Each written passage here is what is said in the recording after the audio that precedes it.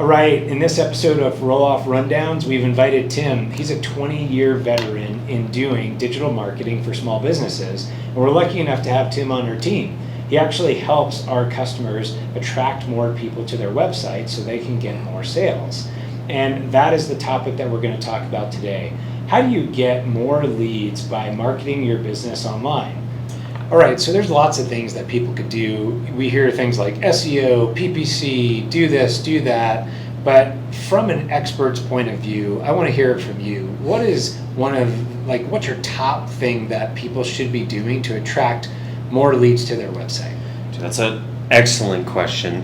One I get asked all the time, and you're right, there's so many different things out there that people are told as far as like, do this, do this, do this. And the clients that I talk to, they get so overwhelmed with everything that's coming at them.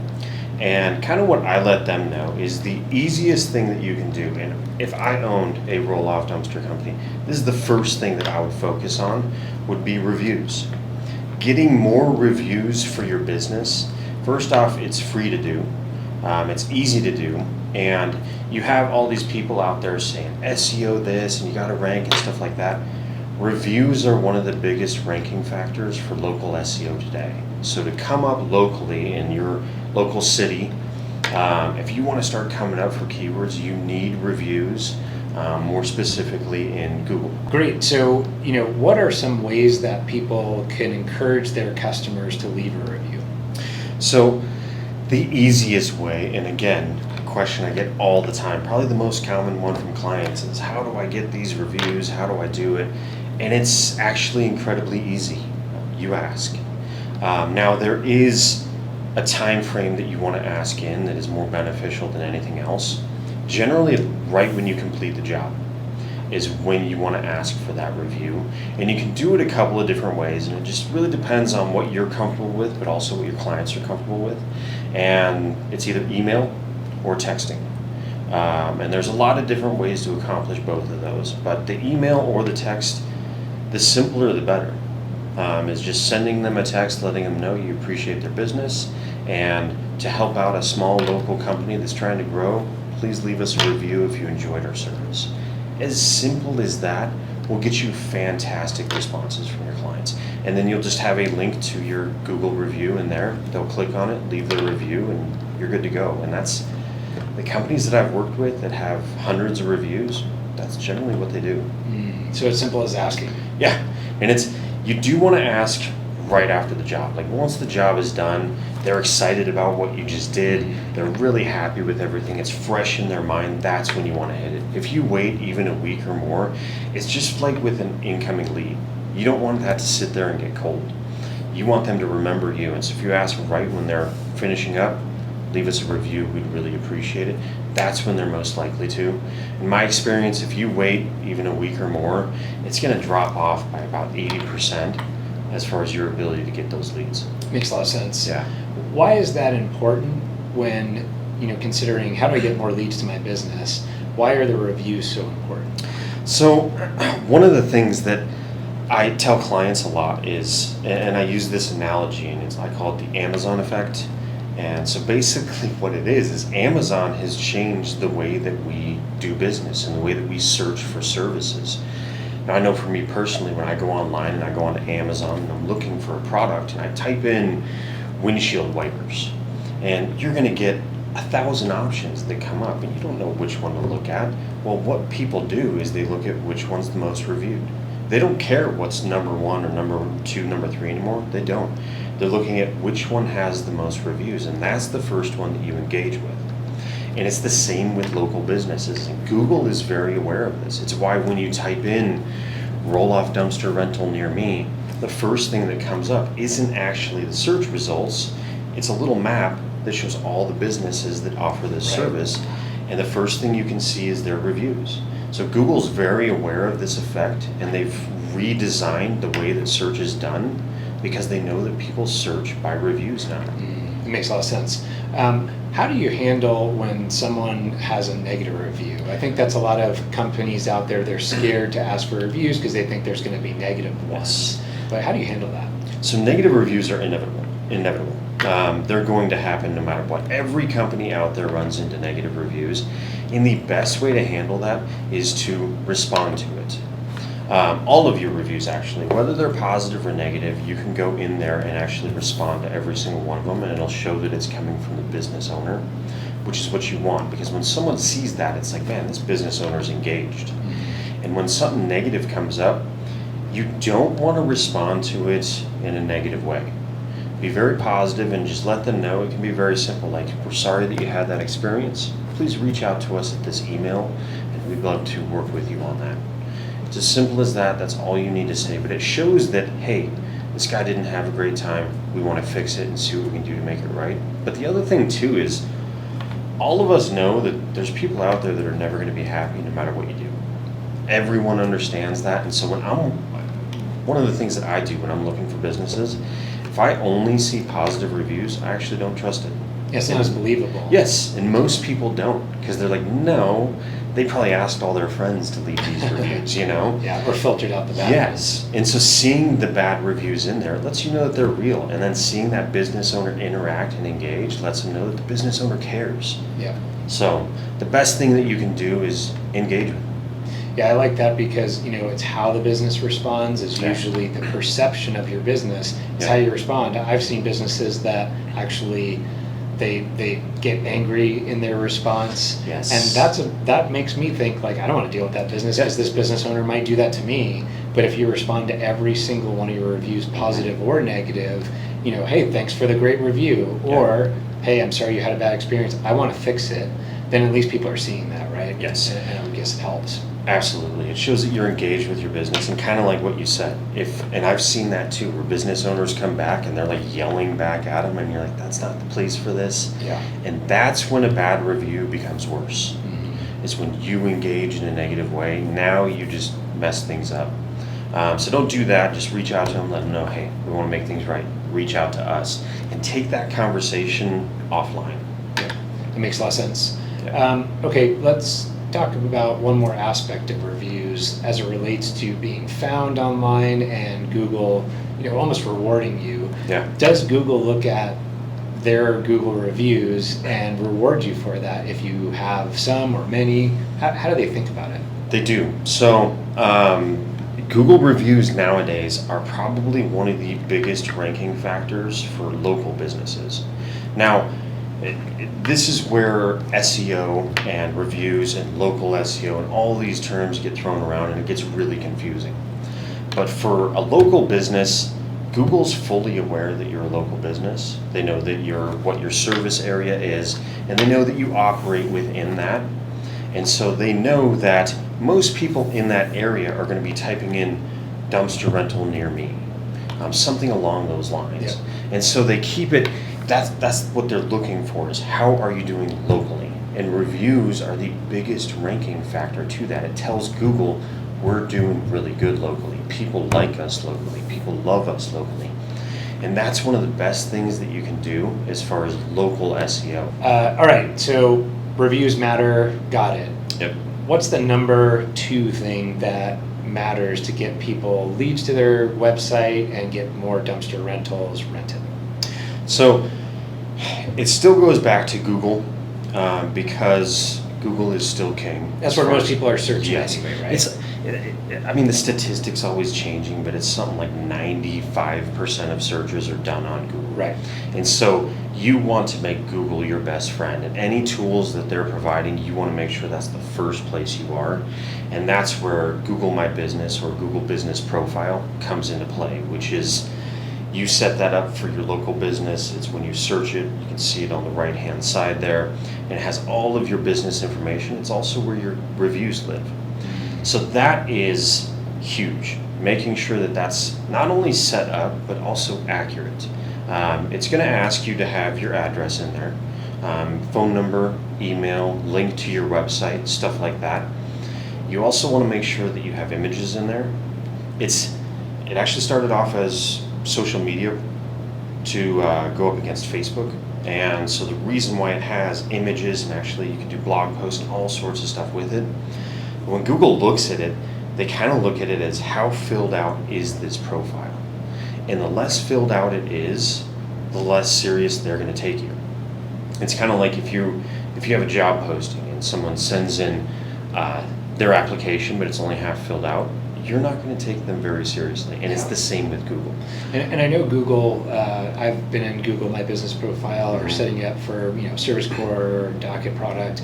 And, it gives you like this little progress bar to help you say like, it's green because you filled out a lot. It's yellow. You need to keep going. Yeah. But what are some of the most important things that you should fill out to make sure you hit that green? So the most important things is you want to have your logo in there. You also want to have like 3 to 5 images in there. You want to have a link to your website. You want to have phone number, email, address, hours of operation. There's an FAQ section that you want to fill out because people actually really do engage with FAQs. Like what? What should they have for FAQs? So it's any common questions that people ask.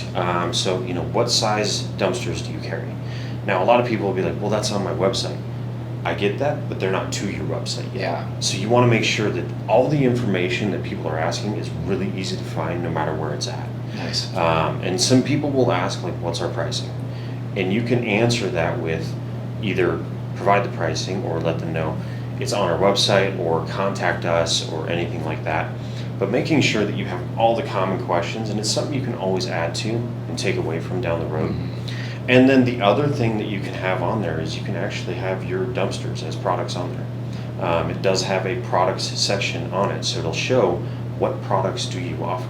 And it'll be like, hey, we have these 3 size dumpsters, and if they click on those, it'll take you to the website. So it's almost like a miniature website itself for people to initially engage with. So making sure that you're using it, using every piece of it, and that you're also in there setting up your service area is huge. A lot of people will just put their address and leave it at that. Google understands that there's businesses that have service areas. And now when it comes to local SEO, and people always want to be like, I want to rank in this city or in this town or in this here, the best way to do it is when you're setting up your Google business profile is make sure that this is my service area, and it'll show you how big of an area it is. And now Google knows this is the area that you service, and as you start to get more reviews, you're going to come up in all those different areas and not just around where your address is. That's a great tip. That's one I didn't know, so really great. And for those of you that are wondering, like, exactly where is my Google business profile, I'm going to drop it right here, a screenshot of it, so you can see, like, this is exactly where it looks like when you search a business. So check that out, and then make sure you're handling your own.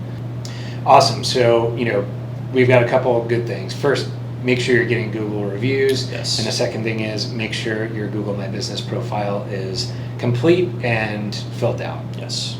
Awesome. Absolutely. What is the number 3 thing that you would suggest people to do? So number 3, and so far all of these are free things that you can do, easy to set up, easy to get going, and have massive impact on your business. So the third thing is also free, and it's going to be writing blog posts. Now this is something that... writing something. I'm not a writer. Yes. I don't write. I hear that all the time. And honestly, that's the main reason business owners don't do it. But one of the things to keep in mind is Google is in a very different industry as far as like what they care about is content and quality content. And that's what they're actually ranking in the search engines. So when you're trying to rank for certain keywords that are relevant to your local area, doing a roll-off dumpster rental in Littleton, Colorado, if you write a blog post about that, it's very likely going to rank because your competitors are probably not doing it, and Google is looking for quality content. So writing blog posts, and you don't have to be writing every single day. None of us are writers. None of us. I don't enjoy writing, but I've done it. And I would say when it comes to writing, stick with your expertise. Write in your voice. You don't have to create, this isn't a novel, this isn't anything crazy. You can make it as simple or as long as you want to.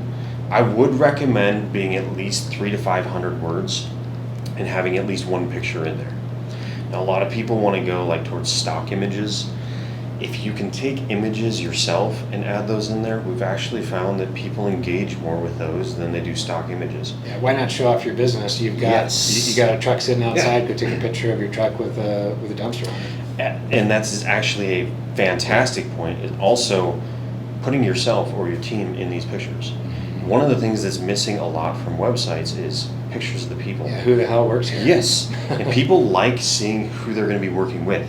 Like, who might be showing up to drop off this dumpster? Yeah, well, if you showed up, I might tell you to go home. Yeah, that's fair. I wouldn't blame you either, and then I would. But so get creative with it and have a little bit of fun with it. And the other thing too is, like, you may not enjoy writing blog posts, but maybe there's someone on your team that does.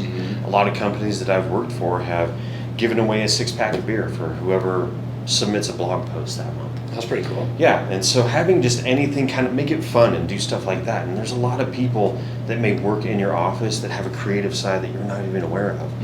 And they could crank out a couple blog articles. And, you know, in companies I've worked for, it's not about having the perfect article, but all it takes is one.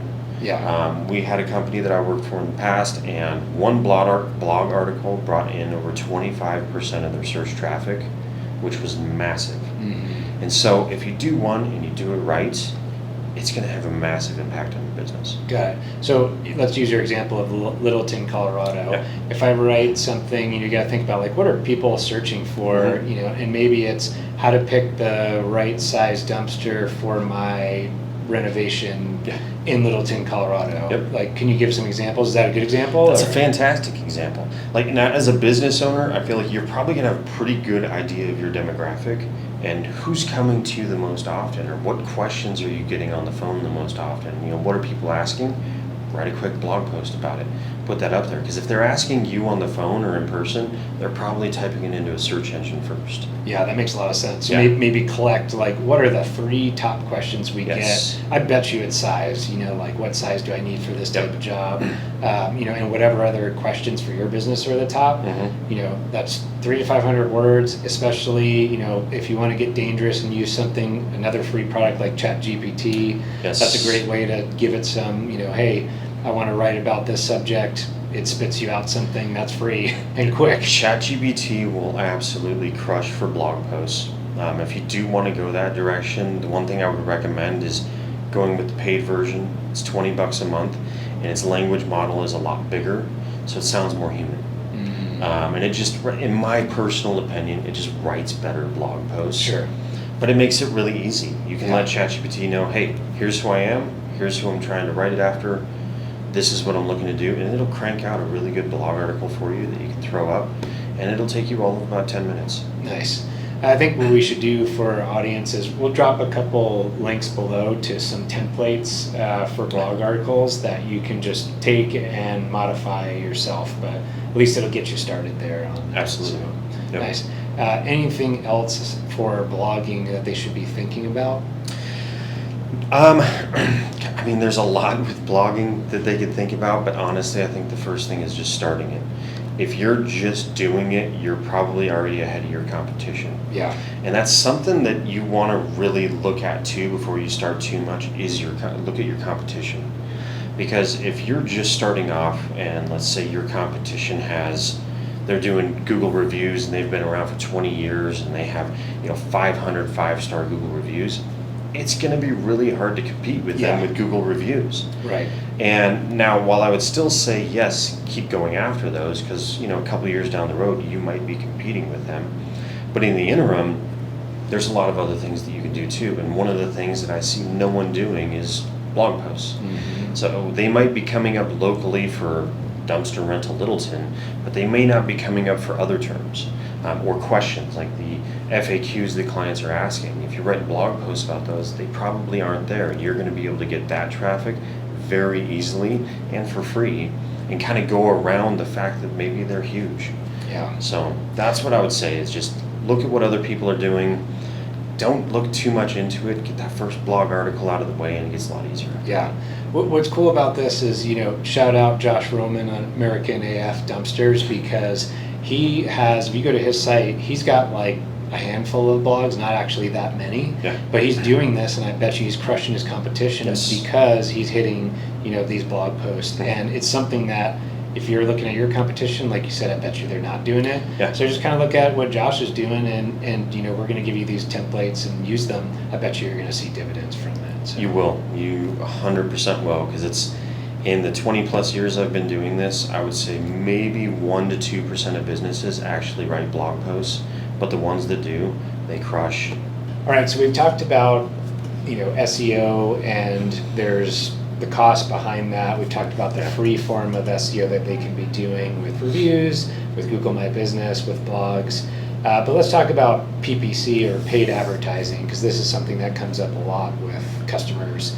Yes. Where, PPC is something that I think that people, they don't really get how much money you should be spending on PPC and what you should expect and what kind of ads you should be running. I think there's a lot of mystery there because they turn it over to an agency or they try to do it themselves. So let's start there. Can you just what should a dumpster rental company, if they want to go for PPC, what should they be doing? So, first thing that they should be doing is, we'll start with the most important piece in my opinion, which is going to be budget. Understanding your budget and understanding that just because PPC is viewed as kind of a quicker solution to getting leads doesn't mean that it's going to be immediate overnight.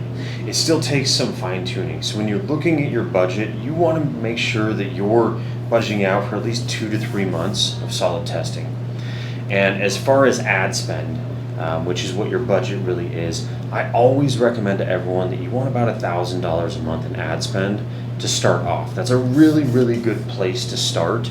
Now, some companies can get away with a little bit less, and a lot of companies you can always get away with a lot more. But the further down you go below $1,000 is you're testing your results, all of that stuff. It's going to take longer for it to happen. And that's when you run into talking to clients and say either PPC didn't work for them, or it's just not a good fit for them, or they got terrible results. A lot of times it's just because their budget was way too small.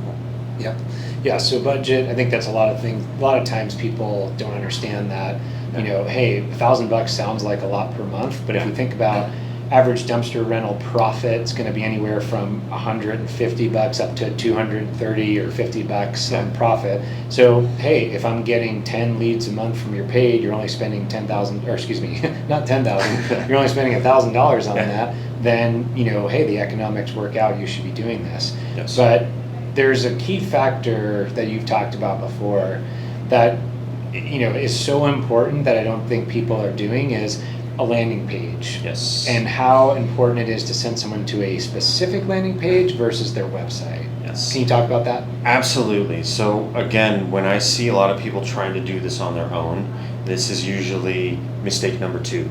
Is going to be their landing page. Most people don't know what that means, don't know what it is, and they think, hey, I'm going to set up an ad, because Google makes it really easy for you to create ads, especially for small businesses, for someone that doesn't know what they're doing. Especially because they want you to spend a lot of money and they don't care if you're doing it right. And that's where Google makes most of their money, is with their ad spend. So they want to make it as easy as possible for you to basically give them money. Yep. And that's where it's great, but it can also be really dangerous if it's done wrong. And so with your ads, you've created the ad, you've got it up and running, you've got some ad spend. Well, where are you sending people? If you're sending them to the home page, you just lost. Yep, that's a terrible idea. And it goes back to what we talked about before, where when someone lands on your site, you have about 2 seconds to convince them to stay. If they don't see what they're looking for in that 2 seconds, they're gone. And they're generally gone to a competitor because they're still looking for this service. So in that 2 seconds, that's what a landing page does for you. That's what it accomplishes. It gives them what they're looking for in that 2 seconds. Yeah.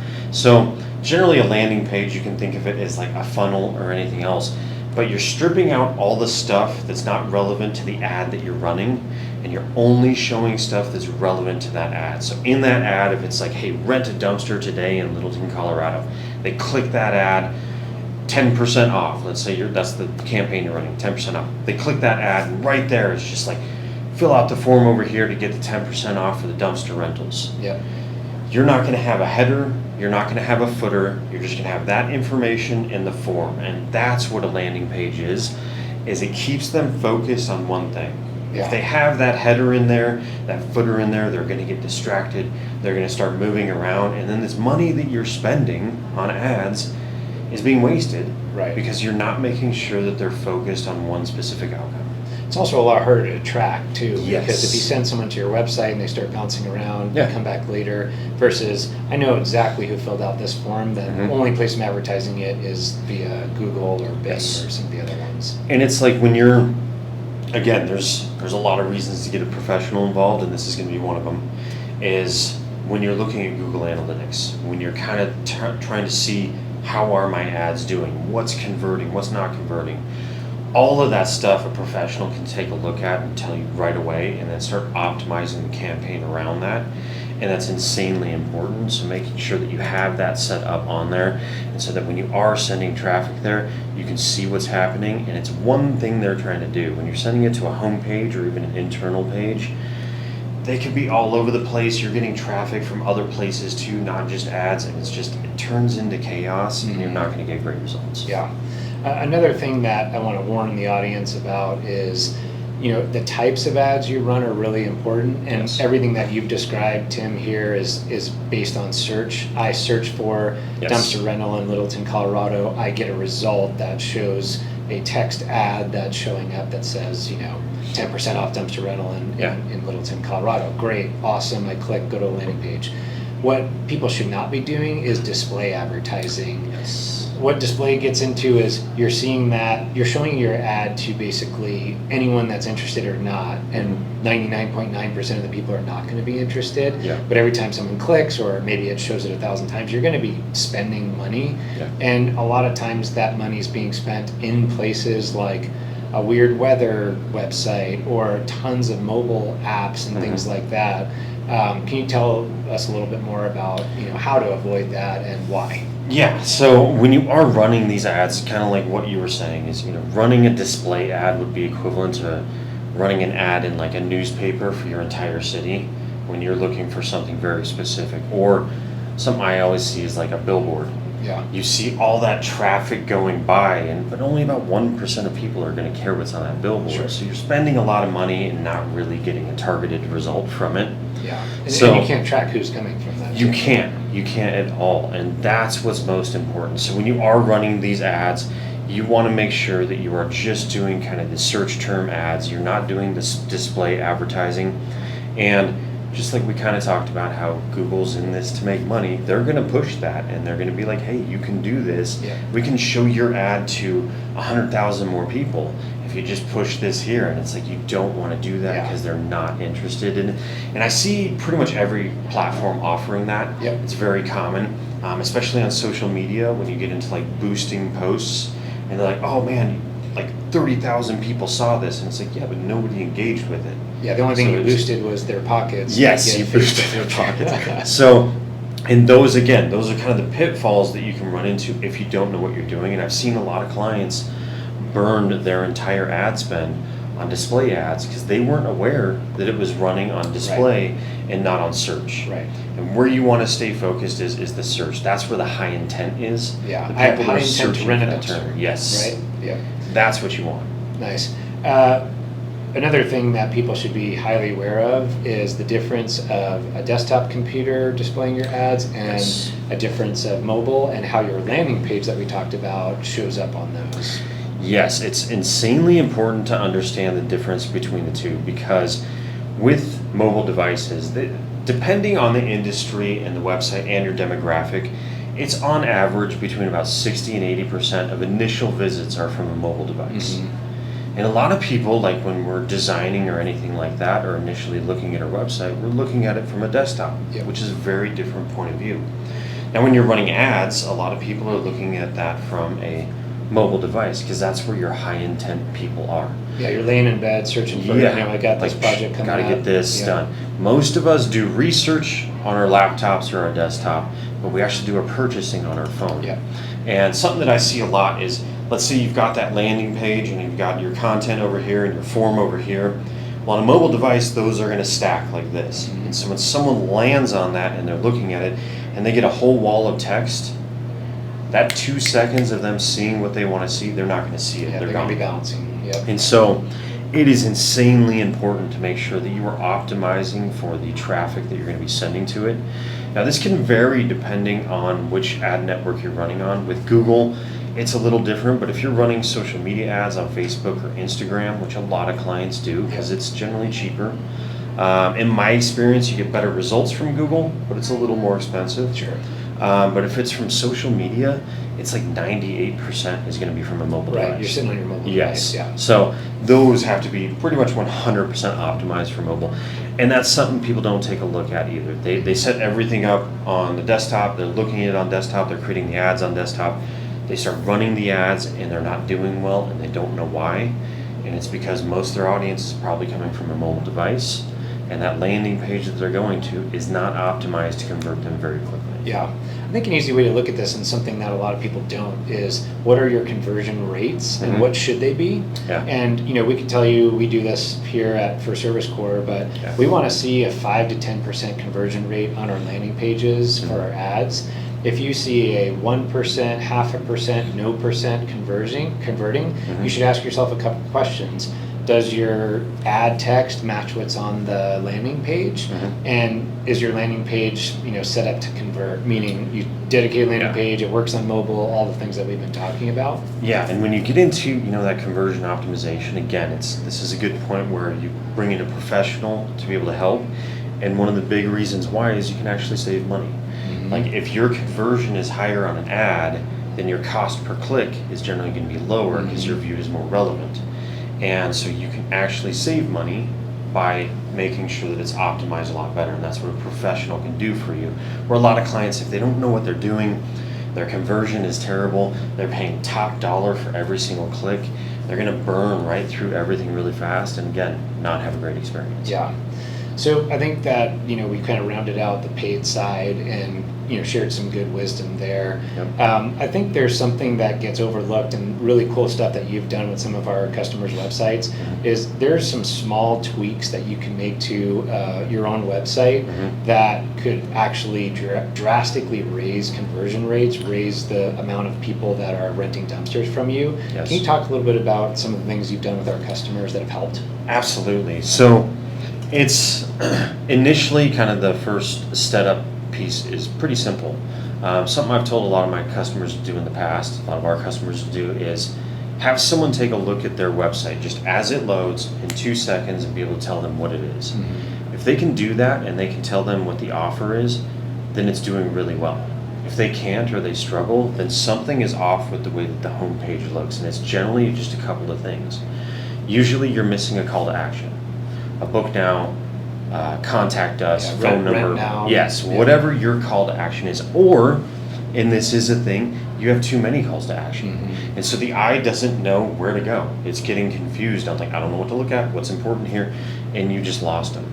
The other thing too is a trust builder. Like the first thing that's on there, you should use just a few words, best dumpsters in Littleton, Colorado. That's it. Now, that's not something that's gonna stick. It's not going to keep with them. It's a micro trust builder. Yeah. But you're not getting them to, you don't need to get them to stay forever. You need to get them to stay for another second. Yep. To look at one more thing.